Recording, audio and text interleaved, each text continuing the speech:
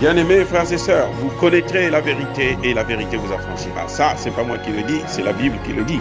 Mais moi, je vous dis bien, vous connaîtrez la vérité historique, notamment celle de vos ancêtres kémites, et vous aurez une vision globale de ce que c'est que la vraie souveraineté politique. J'ajoute, vous reviendrez à la spiritualité africaine ancestrale et vous comprendrez les enjeux de l'indépendance économique.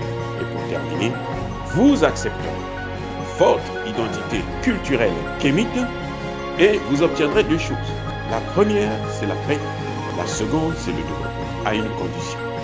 L'unité de toute l'Afrique noire, l'unité de tous les Noirs du monde entier. Otep à tous. Bienvenue sur la chaîne des panafricanistes par essence, par conviction et par excellence. Celle des citoyens kémites par nécessité et obligation de combat. Nous sommes une chaîne qui n'est guidée que par nos ancêtres et rien que par les ancêtres qui appartiennent à l'égrégore du monde noir. Par conséquent, nous ne croyons en aucun Dieu venu de l'étranger. Toutefois, cette vidéo n'est aucunement destinée à inciter à la haine ou à la violence. Car nous menons un combat qui est d'abord et avant tout spirituel, intellectuel et démocratique. Ensuite, il est politique, géopolitique et géostratégique. Contre l'impérialisme, le colonialisme, le néocolonialisme et l'endocolonat, qui sont tous, comme vous devrez maintenant le savoir, qualifiés de crimes contre l'humanité. Nous menons ce combat sur la base du principe fondamental que nous avons hérité de nos ancêtres kémites, qui est celui de la Mahat, c'est-à-dire solidarité, vérité et justice. Vous êtes donc en droit de connaître la vérité, et nous avons l'obligation de vous dire la vérité, rien que la vérité, afin que justice soit rendue au continent africain. Et ça, c'est notre modeste contribution dans cette noble lutte en faveur de la souveraineté, la dignité, la solidarité et l'unité africaine. Ça, c'est ce que nous appelons le panafricanisme. Bien-aimés frères et sœurs, pourquoi la France aujourd'hui, on ne veut pas la voir partout en Afrique? Pourquoi la France est détestée? Pourquoi cette montée du sentiment anti-français? Eh oui, je parle bien du sentiment anti-français. Il y a des gens qui disent non, on déteste seulement la culture, la politique française. Non, c'est un sentiment anti-français, on ne veut pas des Français. Je suis désolé. C'est comme eux, lorsqu'on pratique le racisme, on ne veut pas des Noirs. On ne dit pas qu'on ne veut pas seulement des dirigeants africains. Non, on ne veut pas des Noirs. Ouais. Donc, le sentiment anti-français, c'est une réalité, parce que ce sont les Français qui nous causent toute la misère que nous avons, que nous connaissons depuis plus de 500 ans. Parce que les Français nous ont pris en esclavage, nous ont colonisés, et aujourd'hui, ils nous ont imposé des bases militaires et la monnaie CFA. Donc, ça crée un sentiment anti-français, qu'on le veuille ou non, lorsqu'on se rend compte que, mais attendez, nous dépensons des milliards qu'on leur donne. Jacques Chirac l'a bien dit, que vous avez l'argent que vous avez dans vos portefeuilles, vous les Français, là, en bonne partie, ça vient de l'Afrique. Ça vient du pillage de l'Afrique. C'est Jacques Chirac qui parle, c'est pas moi, le président français. Donc, aujourd'hui, quand on voit ce sentiment anti-français, les gens se posent des questions. Les Français se posent des questions. Que répondent les leaders français? Que répondent, comment les Français, qu'est-ce qu'ils disent à leur population? Pour que ceux-ci adhèrent à leur position. Parce qu'ils ne vont pas aussi faire des recherches, comme ils sont très limités, un peu bornés aussi, il faut le dire, que ça fait 500 ans qu'ils ne voient pas que non, ils sont en train de faire souffrir des populations entières. Et que ces populations ne peuvent pas rester insensibles à ces souffrances, ne peuvent pas rester sans réagir à ces souffrances. Oui, c'est vrai que ça dure longtemps, mais ça ne veut pas dire que, parce que ça dure longtemps, que les Africains ne cherchent pas des solutions.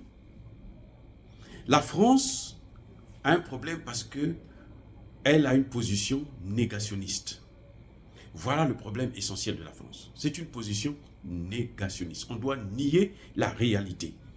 C'est pour ça d'ailleurs que Poutine appelle tous ces pays-là l'empire du mensonge. C'est des gens qui ne font que mentir. Et vous avez même des chaînes de télévision comme et les radios, RFI, France 24, TV5. Quand ils parlent de l'Afrique, c'est toujours de façon négative. On dit toujours que les Africains ont tort de développer ce sentiment anti-français, d'être en faveur de la Russie. Non.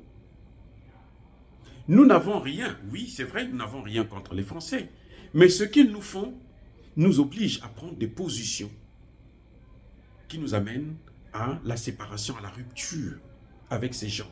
Parce que chaque fois qu'on est avec eux, c'est pour notre malheur. On ne fait qu'enterrer nos parents, on ne fait que pleurer nos morts. Et quand on demande aux Français, venez, on va s'asseoir pour parler de ces choses-là, ils ne veulent pas. C'est la négation. Ils disent non, non, non, on n'a pas le temps de vous écouter. Le mépris total. On nous traite comme si on était des sous-hommes. Oui. Et j'ai aimé ce que disait un ancien ambassadeur français, Gérard Haraud, qui disait que non, il faut mettre fin à ces bases militaires. La présence militaire, là, ça ne marche pas. Il a même pris l'exemple en disant que, mais écoutez, nous-mêmes les Français, entre 46 et 47, on ne voulait plus voir les Américains chez nous, les militaires américains en France. On leur a demandé de partir et ils sont partis. Mais pourquoi la France continue à garder des bases militaires depuis les indépendances?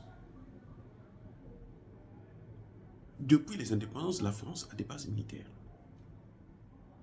Et elle dit qu'elle est l'amie de l'Afrique, qu'elle vient en Afrique pour nous aider. Non, elle ne vient pas pour nous aider. L'aide là, ça n'a jamais existé. L'aide, que ce soit américaine, que ce soit française, allemande, anglaise et autres, ça n'a jamais existé. Ce que vous voyez là en Ukraine, là, c'est la dette. Et c'est de l'argent qui revient aux Américains, puisque les Ukrainiens vont acheter des armes, ils ne vont pas acheter les armes en Russie, ils vont les acheter chez eux. Et c'est une dette. Donc l'aide n'a jamais été politiquement neutre. Je l'ai toujours dit dans plusieurs de mes vidéos. L'aide n'a jamais été politiquement neutre. Je l'ai démontré dans ma thèse, si vous voulez lire mon livre intitulé « Le droit d'ingérence », vous allez voir ça. Donc, cet ancien ambassadeur vous dit que non, mais il faut qu'on mette un terme à la présence militaire française, parce que ça devient une occupation. Et ça, c'est une réalité. Là encore, lui n'est pas allé trop loin, mais il y a aussi le franc CFA. Ce sont les deux piliers essentiels de l'influence et la domination française en Afrique. Et chaque fois qu'on demande à la France de venir s'asseoir avec nous, elle ne veut pas. Et quand elle fait des interventions, vous voyez bien que même eux-mêmes disent qu'il n'y a pas d'objectif. Vous savez pourquoi? D'où vient ce manque d'objectivité? Pourquoi? Mais c'est simple. Parce que les réelles motivations de la France sont cachées. De même, elles sont cachées, comme vous le voyez, par exemple, avec les accords de défense qui sont signés depuis les années de l'indépendance. On nous a imposé des accords et ils ne veulent pas réviser ces accords. Ils pensent que 50 ans, 60 ans, 70 ans, 75 ans après, il faut continuer à rester dans ces accords. Alors que l'Afrique est en train d'évoluer. Alors que l'Afrique veut le développement. Alors que l'Afrique est en train de sombrer. Alors qu'elle a des matières premières. Ça peut pas marcher. Donc le négationnisme de la France ne l'arrange pas, même elle-même, ça ne l'arrange pas. Il faudrait que la France puisse comprendre que ce qu'elle est en train de faire, ce n'est pas à son profit, au contraire. Au contraire, ça risque de, comment dirais-je, d'entraîner la France dans des situations calamiteuses, catastrophiques. Parce que la rupture risque d'être tellement brutale que même le peuple français, la jeunesse française, n'aura plus l'occasion de s'asseoir en bon voisinage avec les Africains, avec la jeunesse africaine. Parce que, vous voyez, les États-Unis ont fait la guerre contre l'Angleterre pour obtenir leur indépendance. Quand ils ont réussi, ils ont éloigné l'Angleterre des États-Unis. La reine d'Angleterre, là, elle régnait partout, mais loin des États-Unis. Vous allez me parler du Canada, mais le Canada est dominé par les États-Unis. Donc, ce que la France fait, cet esprit de nier la réalité et de mentir à des gens qui sont conscients de leur souffrance. Vous frappez quelqu'un et vous lui interdisez de pleurer. Vous frappez votre enfant, vous lui dites ne pleure pas.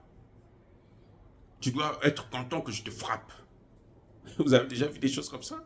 Mais cet enfant un jour va se révolter. Il va faire une fugue, il va fuir la maison. Non, on ne peut pas maintenir un peuple dans l'esclavage ou la colonisation de façon éternelle. C'est pour ça que je me dis même que si les États-Unis veulent prendre la place de la France en Afrique, veulent remplacer la France, ou veulent soutenir la France à continuer à dominer, à piller les États africains, ou s'ils veulent eux-mêmes jouer ce jeu, eh bien, vous savez, il y a un adage africain qui dit « la mouche têtue finit par mourir, par être enterrée avec le cadavre ». La mort annoncée de la France, aujourd'hui, il ne reste plus que les funérailles. Et les États-Unis ne peuvent pas sauver la France, parce que s'ils veulent sauver la France, les États-Unis vont couler, vont être enterrés avec la France. Qu'on le veuille ou non. C'est-à-dire que Dieu qui a créé ce monde-là, qui a créé ce continent africain, ne laissera pas qu'on puisse exterminer tous les Africains. Vous savez, ils ont fait ça, ils ont voulu le faire avec l'esclavage, ils n'ont pas pu, ils ont voulu le faire avec la colonisation, ils n'ont pas pu, et ce n'est pas maintenant avec la recolonisation ou avec ces endocollants, ces dirigeants africains comme les Bazou, les Ouattara et puis en Afrique centrale, que vous allez, qu'ils vont pouvoir se maintenir en Afrique comme étant des leaders, des colons, des maîtres du jeu et des dominants. Non. L'Afrique n'a pas besoin de ça. Et l'Afrique va se battre pour sortir de ce cycle de misère, de sous-développement qui lui est imposé à travers les bases militaires, à travers la monnaie qui lui est imposée, à travers toutes ces manigances ou ces coups d'État, ces assassinats des leaders politiques. Dire cela, c'est inciter à la haine ou à la violence, non. Nous sommes une force tranquille. Il y a colère, veille, il y a Malembe. Je persiste et je signe. Soyez bénis par le Dieu de Kémit. J'ai dit et j'assume. Abou Abia.